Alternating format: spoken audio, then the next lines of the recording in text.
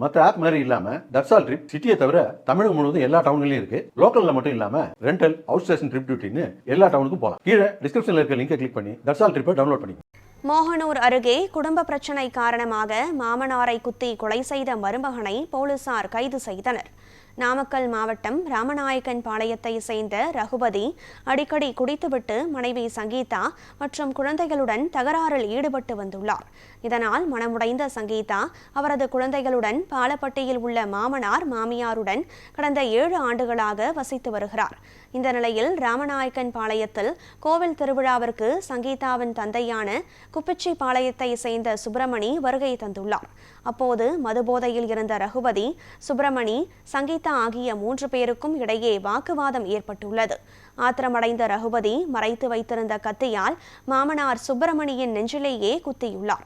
இதில் நிலைகுலைந்து போன சுப்பிரமணி இரத்த வெள்ளத்தில் சரிந்து விழுந்துள்ளார். மருத்துவமனைக்கு அனுப்பி வைக்கப்பட்ட சுப்பிரமணி பாதி வழியிலேயே உயிரிழந்தார். தகவலறிந்த மோகனூர் போலீசார் மாமனாரை குத்தி கொலை செய்த மதுவிற்கு அடிமையான ரகுபதியை கைது செய்தனர்.